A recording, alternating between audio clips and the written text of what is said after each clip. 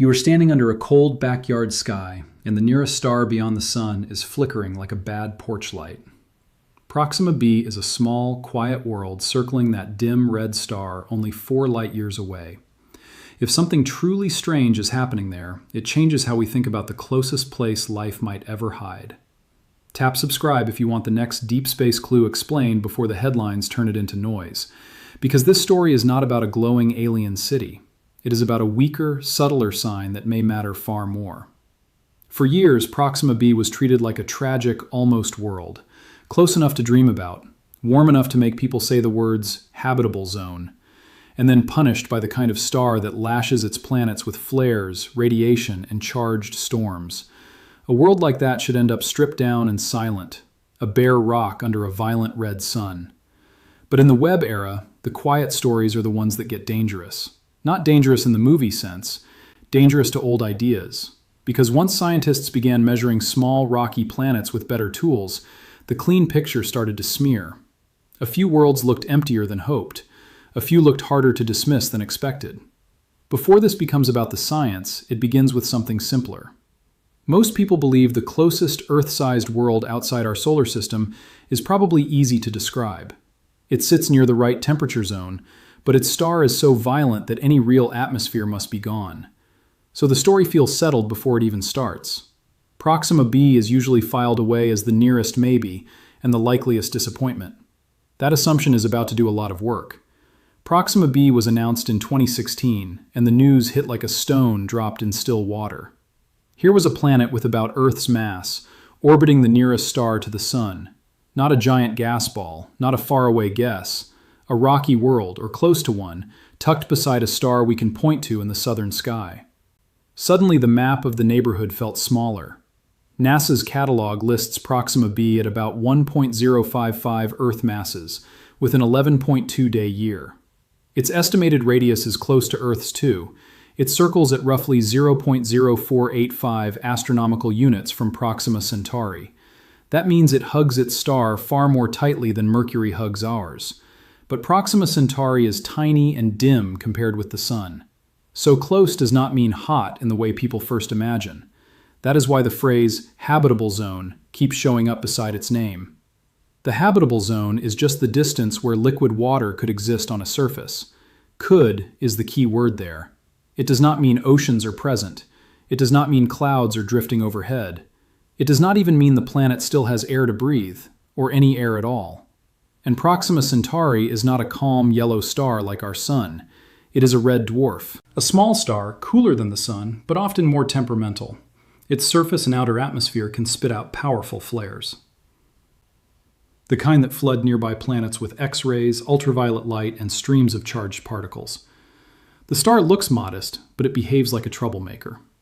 This is where the romance of a nearby Earth-like world starts to thin out. A planet can sit in the right temperature range and still be miserable.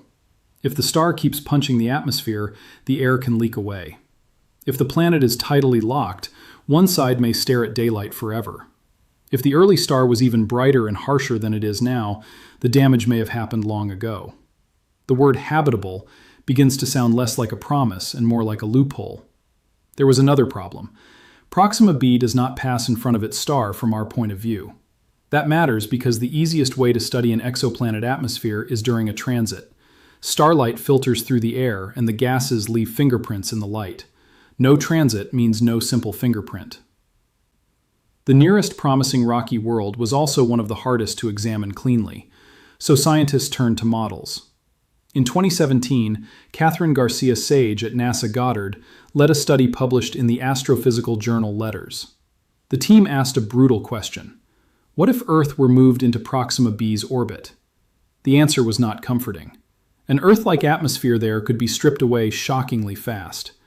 Using data on Proxima's X-ray output and stellar activity, the model showed escape rates far beyond Earth's. The study said Proxima b could lose an amount equal to Earth's atmosphere in as little as 100 million years under harsh conditions. Even the gentler case was still rough. Jeremy Drake, one of the co-authors, put it plainly. Habitability in that picture looked implausible. The closest candidate world began to look like a cosmic mirage. If that sounds abstract, think of steam lifting off a hot pan. Now imagine the steam is your whole sky. Then imagine the stove never turns off. That was the mood around Proxima b for years. Not wonder, exactly. More like a neat house being slowly sandblasted by a fire hose.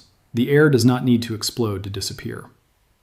In 2018, Victoria Meadows and a large team published a major astrobiology study on Proxima b's possible fates. They did not offer one simple planet. They offered several. An oxygen-heavy world left behind after oceans were broken apart and lost. A dry, carbon dioxide world more like a damaged Venus. Or, under certain histories, a planet that might still remain habitable. That paper mattered because it widened the menu without pretending any option was easy. Maybe the planet formed where it is now and lost water early. Maybe it migrated inward later and kept more of it. Maybe oxygen built up for lifeless reasons and fooled future observers. Maybe a magnetic field helped, maybe not. The planet was not one story. It was a stack of branching stories. The trouble was that the darkest branch felt like the safest bet. A violent red dwarf, a tight orbit, no transit, no direct atmosphere measurement, no clean sign of protection. By the early 2020s, it became normal to speak about Proxima b as the nearest world we most wanted to love and least expected to trust. The assumption sat there like furniture, and the furniture looked sturdy. Other red dwarf planets were giving scientists hard lessons too. Many of the easiest small worlds to observe were very close to their stars. That made them bright enough to measure, but also vulnerable. The more astronomers learned about irradiation, escape, and stellar contamination, the more cautious the language became. Nearby rocky planets did not look like quick wins. They looked like tests of patience. So by the time James Webb began changing exoplanet science, the stage was already set. People did not expect Proxima b to surprise us with good news. They expected better instruments to confirm the bad news. A dead surface, a missing atmosphere, a world with all the right headlines and none of the needed protection. That was the prevailing picture. And for a while, the picture seemed safe. But that picture is about to change. Not because Webb snapped a postcard of oceans, and not because anyone found neon lights on the night side. The crack is quieter than that. It starts with the fact that the Webb era has been teaching us that rocky worlds around red dwarfs do not fail in one simple way. Write the moment your picture of Proxima b cracked in the comments. That helps this channel build the next deep dive around what most surprised you. When Webb turned its attention to rocky exoplanets, scientists did not start with Proxima b. They started with worlds that transit because those are easier to measure. One of the big early tests was TRAPPIST-1b. People expected Webb to tell us whether a small rocky planet around a red dwarf could hold a thick atmosphere. What Webb actually found in 2023 was heat that fit a bare rock much better, like opening a door and feeling an empty room instead of a furnace behind curtains. Soon after that, Webb looked at TRAPPIST-1c with its mid-infrared instrument called MIRI. A thick carbon dioxide atmosphere was the expectation many people wanted to test. Sebastian Ziba and Laura Kreidberg were part of the team that reported the result in Nature and NASA briefings. What they found was a dayside temperature near 380 Kelvin and no sign of a thick Venus-like blanket. The planet looked bare, or nearly bare, not richly wrapped. That sounded like bad news for hope. Red dwarf rocky planets seemed to be failing exactly where the old warnings said they would. But the surprise was not only the emptiness, the surprise was the precision. Webb was measuring tiny changes in light, down to a few lights out in 10,000. That is a staggering new level of reach. The tool was suddenly real, even when the answers were harsh. Then came the broader lesson. In 2025, Laura Kreidberg and Kevin Stevenson published a review called A First Look at Rocky Exoplanets with JWST. The message was careful. Webb had achieved the most precise rocky planet transmission spectra yet. It had measured thermal emission from rocky worlds cooler than 800 Kelvin, but no atmosphere had been definitively detected. The frontier was open, but it was not yielding simple prizes. That review sharpened the mystery instead of shrinking it. The expectation had been that if rocky atmospheres were present, some would stand out early. What researchers actually found was a harder picture. Hydrogen-rich atmospheres were easy to rule out on several worlds, but realistic, heavier atmospheres, made of nitrogen, oxygen, or carbon dioxide, often sat below the noise. It was like hearing the stage creak, but not yet seeing the actor. Another wrinkle made the story harder. Red dwarf stars are messy. Their surfaces have spots, bright patches, and changing patterns that can fake atmospheric signals. A planet may seem to show water vapor when the star is the one confusing the measurement. So every hint had to fight two battles at once, one against distance, another against the star's own bad behavior. That matters for Proxima b more than for almost any famous exoplanet. Because Proxima b does not transit, it cannot even offer the partial advantages the TRAPPIST worlds do. Webb can teach us what rocky planets around red dwarfs tend to look like. It can train our expectations. It can show how hard it is for thick atmospheres to survive close in. But Proxima b itself stays frustratingly offstage, and offstage characters are where suspense lives. So, through 2023 and 2025, the mood around Proxima b became oddly double-edged. On one hand, Webb was making it easier to believe small, rocky planets can be studied seriously. On the other hand, the early results kept warning that many close-in planets really do end up air-poor. The old assumption was bruised, but not broken. Proxima b still looked guilty by association. Nearest habitable zone world, yes. Likely stripped world, also yes. In parallel, theorists kept pulling at that conclusion. Some models said late-type M dwarfs are so harsh that atmospheres should be rare. Others said the story depends on timing, interior chemistry, initial water, volcanic outgassing, and magnetic shielding. A planet could lose one atmosphere and build another. It could keep some gases and lose others. It could look dead in one wavelength and complicated in another. The simple funeral speech started sounding premature. A planet's magnetic field became one of the biggest missing pieces. A magnetic field is a shield made by moving electrically conducting material inside a planet. Earth has one. It helps deflect charged particles from the sun. Without that protection, a close red dwarf world is in a much uglier fight. The trouble was that magnetic fields on exoplanets are very hard to detect directly. People could argue for years without touching the thing itself. Then the Proxima system began whispering. Not through Webb images, not through a clean atmosphere spectrum, through patterns in the star's own activity. In 2026, Maria Rosa Zapatero Osorio and collaborators published a study in astronomy and astrophysics called Star-Planet Interaction in the Proxima System. They used 117 high-resolution optical spectra from the Espresso instrument on the Very Large Telescope. The data stretched across nearly 3 years. The team expected plenty of flares because Proxima is famous for them. What they found was more specific. They measured the star's rotation period at 84.9 days, with a half-rotation signal near 44.3 days. Then they looked for patterns tied to the planets. Not hand-waving patterns, statistical ones. The kind that can survive after the easy explanations are pushed aside. For the inner planet, Proxima d, the surprise was direct. The expectation was that flares would mostly behave like ordinary stellar chaos. What the team actually found was significant evidence, above 99.8%, that flare events were likely phase-locked to the planet's orbit. That means the timing lined up too neatly to ignore. It was like hearing thunder and realizing it kept answering a hidden metronome. Random storms are not supposed to keep that kind of beat. For Proxima b, the pattern was quieter, but maybe even more interesting.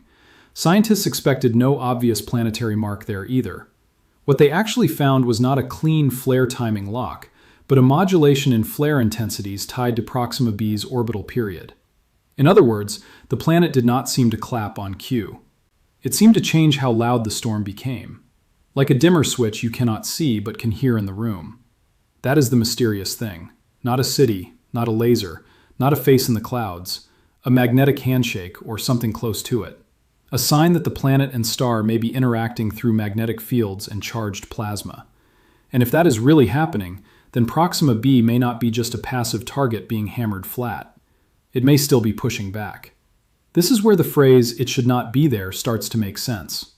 If Proxima b were only a stripped inert rock, the story would be simpler. The star would rage. The planet would take the beating. End of file. But a magnetic interaction hints at structure, motion, and a kind of electrical presence in the system. Not proof of safety, not proof of air, but definitely not pure silence. There is an important hesitation here. Even the people studying this do not claim the case is closed. This is not Webb directly detecting an atmosphere on Proxima b. it is not a final magnetic field measurement for Proxima b itself. The 2026 paper gave a likely field estimate for Proxima d, not b, and treated the evidence for b differently.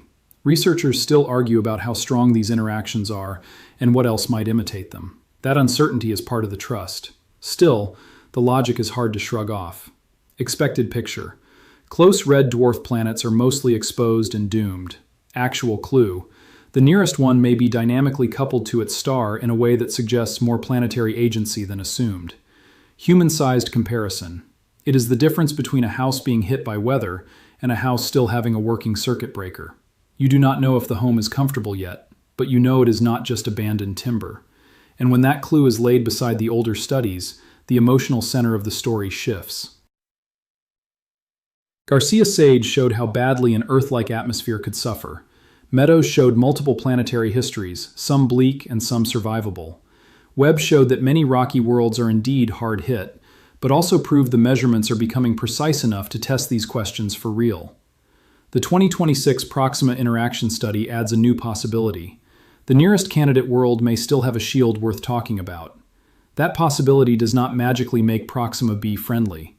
A magnetic field can help, but it is not a magic dome. The star still flares. The orbit is still tight. The planet may still be tidally locked.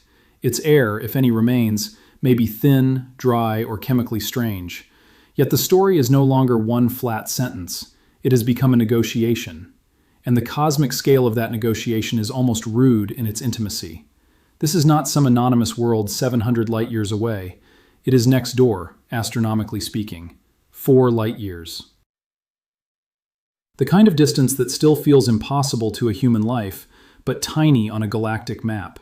At your kitchen table, that is the difference between a rumor from another continent and a light flickering in the house across the street.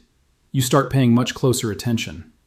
By the end of this reveal, the old assumption has lost its clean shape. Proxima b may still be barren, it may still be harsh, but the idea that it is simply over, simply stripped, simply known, no longer fits as neatly as it once did. The star and planet may be engaged in an active relationship we are only beginning to measure. And that makes the nearest potentially habitable world feel less like a closed case and more like an unopened letter. And here is where this stops being about one planet and begins being about us. If the nearest rocky world can keep surprising us by refusing simple labels, then our whole mental map of nearby life-friendly real estate starts to wobble. Share this with the friend who still thinks space news is just pretty pictures, because this is the kind of story that changes how a whole night sky feels. A small change in one system can redraw the expectations for thousands more. What happens at Proxima does not stay at Proxima. The next chapter will not belong to Webb alone. Webb opened the era of serious rocky planet atmosphere work, but Proxima b may be cracked open by a team effort, using giant ground telescopes, sharper spectrographs, and lessons learned from Webb's early victories and frustrations. Scientists are now thinking less like tourists and more like detectives, not waiting for one perfect image, building a case from many partial clues. One of the biggest future tools in this story is reflected light. That means trying to catch starlight after it bounces off the planet. It is brutally hard because the star is overwhelmingly bright, but Proxima b is also our nearest rocky target. In 2025, Marco Bugatti and collaborators reported simulations suggesting the Ristretto instrument could detect Proxima b in reflected light in about 55 hours of observing time. That is not easy. It is also not fantasy. Reflected light would matter because it can reveal more than presence. It can help pin down the orbit's tilt. It can estimate how bright or dark the surface and clouds are, a property called albedo. In the best cases, it may even begin to separate gases in the atmosphere. Not with movie-level detail, with faint fingerprints. Like seeing a person behind frosted glass and slowly learning whether they are wearing a raincoat or a uniform. Webb still has a role too. Back in 2017, Ignaz Snellen and colleagues described ways Webb might target carbon dioxide near 15 microns for Proxima b. That remains difficult because the planet does not transit and the star is active, but the concept still shapes the field. Every rocky planet result from Webb sharpens the playbook. Every null result teaches observers where the false shortcuts are. Every precise thermal curve on another world helps calibrate what Proxima b may or may not be hiding. The 2025 review by Kreidberg and Stevenson offered a phrase that sticks in the mind. They described a kind of 5-scale height challenge. That is a way of saying the signals for realistic heavy atmospheres are tiny, and the measurements must become extraordinarily clean. For a viewer at home, the simple version is this. We are no longer asking whether the music is loud. We are asking whether a single violin note is real inside a train station. That is the precision game now. As this game moves forward, the numbers become more exact because the margin for sloppiness shrinks. Proxima B's orbit is about 11.186 days in many current analyses. Its distance from the star is roughly 0.0485 astronomical units. The star itself is about 1.30197 parsecs from us, a little over 4.24 light-years. The 2026 interaction study used 117 espresso spectra and found Proxima was flaring during about 24.8% of the observed time. These are not poetic numbers, they are footholds. And footholds are what the future of this story will require, not one giant leap. Repeated, stubborn, measured steps, a better flare map, a better stellar model, cleaner separation between star noise and planet signal, cross-checks between optical, infrared, and maybe radio behavior.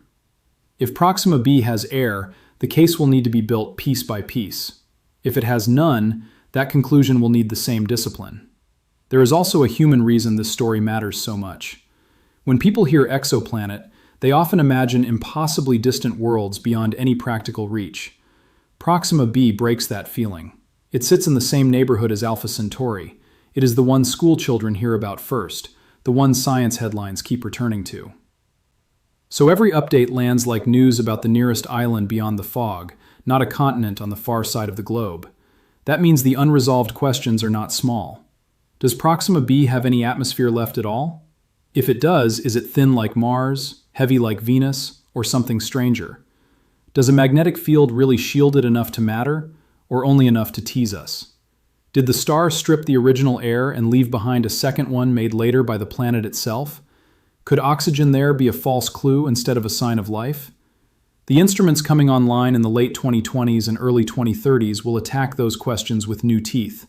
The European Extremely Large Telescope and its planned high-contrast tools are built for faint, stubborn targets like this. Ristretto is one route. Other spectrographs will push from different angles. The strategy is becoming layered. Not one telescope is hero. A network of machines narrowing the possibilities until the planet runs out of places to hide. And because the precision is so high, ordinary viewers can watch for a different kind of headline now. Not life found, not alien signal confirmed. Those will almost always mislead. The real headline words to trust are phase curve, reflected light, magnetic interaction, carbon dioxide limits, stellar contamination, and follow-up observations. They sound less exciting. They are actually the sound of science getting closer. The future often arrives wearing dull shoes. Something will change soon, though. Maybe not tomorrow morning. Maybe not in one dramatic press conference. But soon, someone will measure Proxima b in a way that cuts off one entire branch of the story. A shield or no shield. A real atmosphere or a nearly naked surface. A bright reflective world or a dark, heat-soaked stone. The horizon is no longer empty. It is crowded with tests. And that may be the deepest shift of all. For most of human history, the nearest star beyond the sun was just a point. Then it became a star with a planet. Then a planet with a problem. Now it is becoming a planet with evidence, arguments, counter-arguments, and scheduled observations. That is how ignorance shrinks in real life, not with one trumpet blast, with a growing pile of careful contradictions. So hold on to one image. A red dwarf flickers in the dark. Around it, every 11.186 days, a small world keeps circling through radiation, plasma, and suspicion. On a few nights of data, the storm on the star seems to brighten and soften with that world's passage. No one can hear it with their ears, but on a graph it is almost like a pressure change in a room before thunder. A hint that the planet is not finished speaking. Save this video and come back next week. That private habit turns scattered space headlines into a story you can actually track. Because the future of Proxima b will probably not arrive as a miracle. It will arrive as a sequence, a tighter number, a stronger limit, a cleaner detection, and one day, very likely, a quiet answer about whether the nearest possible other Earth was ever truly open for life at all.